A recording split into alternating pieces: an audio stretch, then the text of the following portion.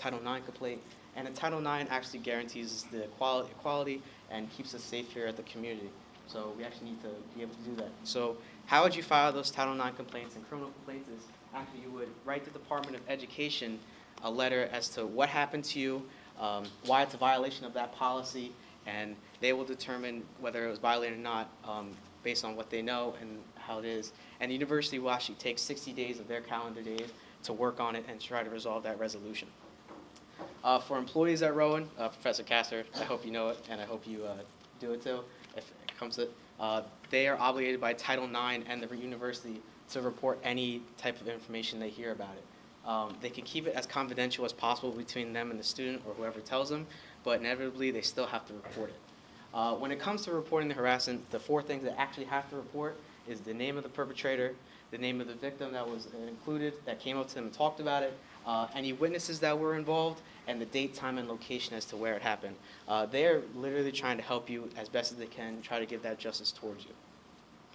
Trying to help you out as best as they could. As much as I'd like to talk more about this because it was a lot more information, I don't think I'm really doing the Office of Equity and Diversity too much justice, but you can go visit them on the Rowan page, and actually it's on Professor Casper's Blackboard, so if you go into the HR law folder, it's the 4th one down at the bottom that says Rowan policy. So the next thing I actually want to talk about is the documentary, actually, The Hunting Ground. I'm glad I renewed my Netflix subscription for this because it's actually a great eye-opening film. And it's just about how sexual assault cases happen on campus and how some colleges failed to report it back then. And just to give my kind of views about it, you know, it was a really great, chilling film. It was eye-opening, but at the same time, it was actually really hard for me to sit there and watch and listen because, you know, you hear these stories of these survivors, and they're so detailed and such emotion. It's hard to really put yourself in their shoes, and the most you can just feel from them is sympathy. But it really is something that we should all really take a listen to watch it.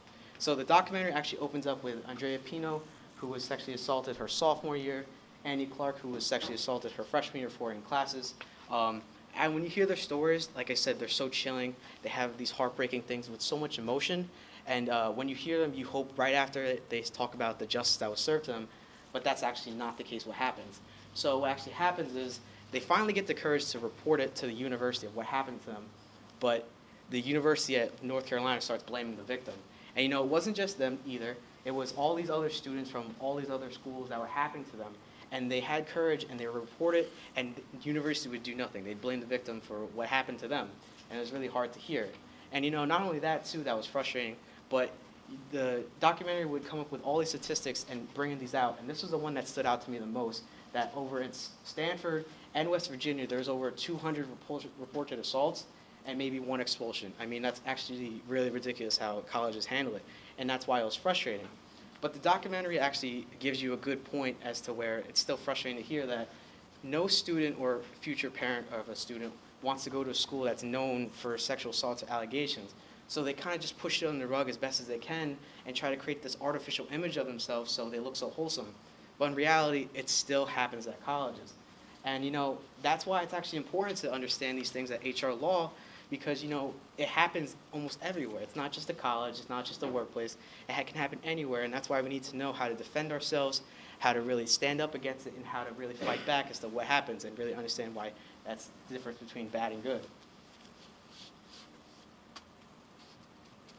All right, so just back to the documentary real quick. What Andrea and Annie did is they would take their experiences along with everyone else around the country, and they connected the dots saying, you know, this is what's happening. And they would fight back with that Title IX complaint that I actually talked about. And because of them and because of this film, they actually became these great activists that they're incredible. And, you know, universities started changing their laws, and laws were being enacted. So the documentary talks more about the James Winston sexual allegation case, the tragedies that kind of happen with sexual misconducts that don't get reported, and it's really hard to hear, and how fraternities and alumni play into association with why universities don't report the things they do. So I definitely recommend everyone watch it. So just to give my last views about this stuff, I know these discussions are really hard to have. You know, they're really serious, but you know, we need to address them. We need to civilly talk about them. You know, we can't just keep pushing on the rug because it's going to become a standard. And I don't know about any of you, but I don't want to see this stuff be a standard anymore. I want it to be less more. But I'm glad that they have the Me Too movements and all these other movements coming out, so it's stopping. And it's not just stuff with harassment either. It's stuff regarding the discrimination, disabilities, equal pay. We need to have these conversations so we can advance society and really move on to what we're doing. And when it comes to discrimination and disabilities, I'm just going to hand it off to Carla and Matt now. Hi, my name is Carla. Today I'm going to talk about discrimination, and we all know that discrimination is a negative behavior that we do to not only one person but a group of people. Discrimination is often led by stereotype, and today we all know someone or you all been through like some type of discrimination, not only by age but even by sex or disability or race. I'm going to talk first about sex and gender discrimination. I haven't experienced sex or gender discrimination myself, but it is something that affects both women and men, but we more see it in women when we go to apply to a job.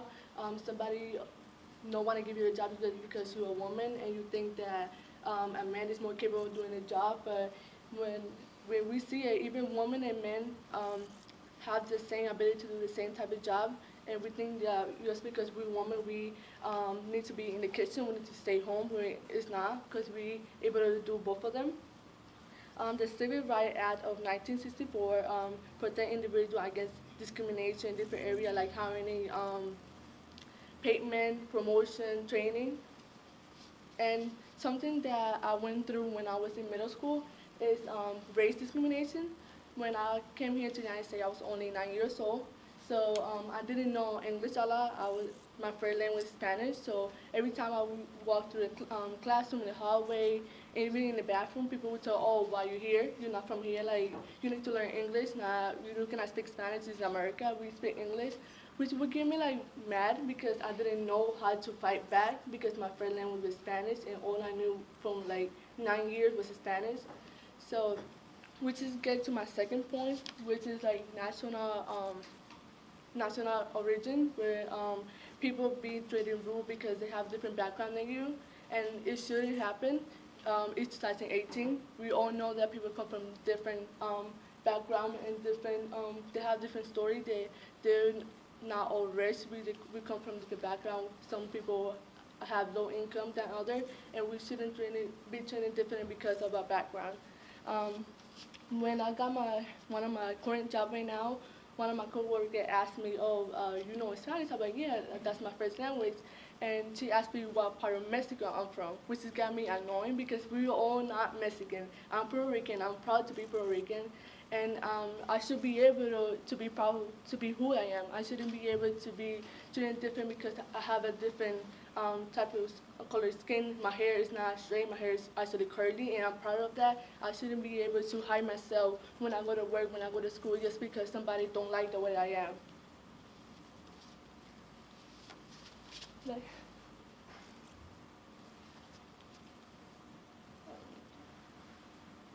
And it's not only me, also my friend went through the same thing. When we used to be in school, since we all know Spanish, I guess we used to like stick together and be a part of everyone else because it was easy for us to communicate. And people would be saying, oh, here comes the Mexican girl, like when I'm not Mexican. I don't get mad because okay, I get it. People think that we all Mexican, but like it's 2018. We should know this. We should know this by now that even people in America, like, okay, we speak English, but more people is talking Spanish right now, so we should be able to be who we are and not being afraid of it. And I also want to talk about religion and how people are being discriminated based on coming from another country and also because they have a different religion than you, and we shouldn't be able to do that. Disrespecting someone just because they have a different religion belief than you is not right. We should be able to be proud of who we are and the religion that we have. The law requires employers to accommodate any employee religion, belief, or practice only if it's not going to affect the work. So let's say I don't work Sunday because I go to church every Sunday. So when I try to explain that to my manager, he understands that he needs to give me that day off because it's my religion, it's what I do. And I'm not going to be ashamed of who I am because you don't want to give me that day off. My religion is before my job.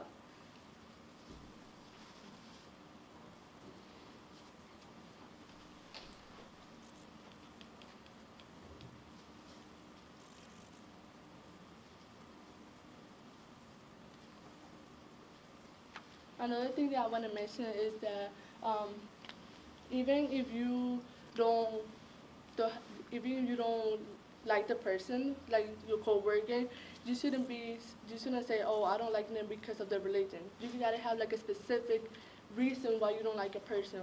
Like we should be free to believe in any God that we want. We should be able to go to church or go to the street and not be afraid that, oh, she's gonna talk bad about me because I don't go to church or I go to church.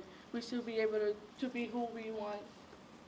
And one last thing that I want to talk about is women and pregnancy. Women who are expecting shouldn't be treated differently just because they're going to have a baby. They should have the same equal opportunity to apply for a job, to apply for a promotion, just because they can do the same job as me, as anyone in this classroom. An employer cannot refuse to hire a woman just because they're expecting. If it's something like a secretary job, a woman who's pregnant and who is not, they can do the same job. They shouldn't be treated different. But if it's something like working outside in construction, okay, that's a different story because they had to do like heavy lifting jobs. So I understand why they won't hire a woman who's expecting. But we shouldn't be able to make them choose between family and the job. They should be able to do both of them because why not? Like if you can do something, why I cannot do the same thing as you?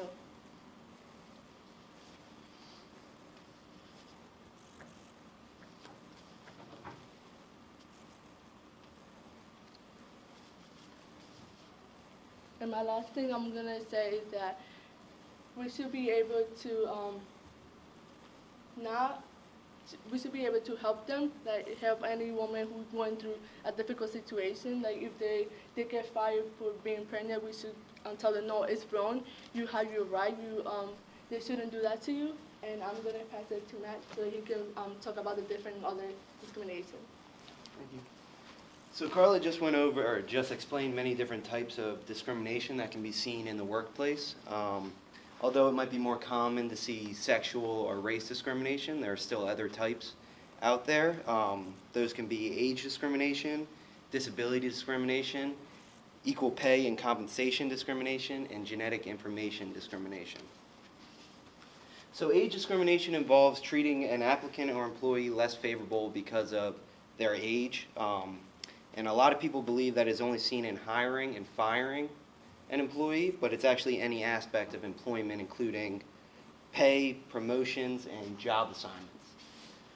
So in 1967, the Age Discrimination in Employment Act was put into law. This forbids age discrimination against any person who is 40 or older, but they're very strict with it. You can't be under 40 and have that affect you.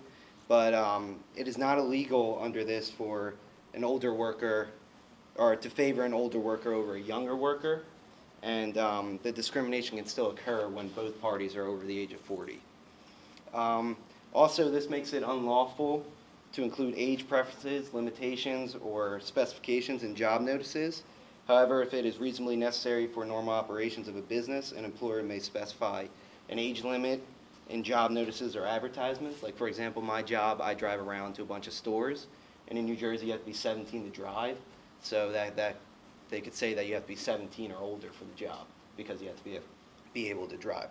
But in New Jersey also, they reserve the right under law to give employers the right to hire or promote individuals who are younger than 18 or older than 70. So disability discrimination, this occurs when an employer treats a qualified individual with a disability unfavorably due to that disability. And it can also occur when an employee or applicant has a history of disabilities. So in 1990, the Americans with Disability Act was established into law, and this made it illegal for employers to discriminate against qualified job applicants and employees based on their physical or mental disabilities. It also required employers to provide reasonable accommodations to applicants and employees who need them because of their disabilities. An example for that would be a wheelchair ramp for if someone's in a wheelchair, or if someone is deaf, a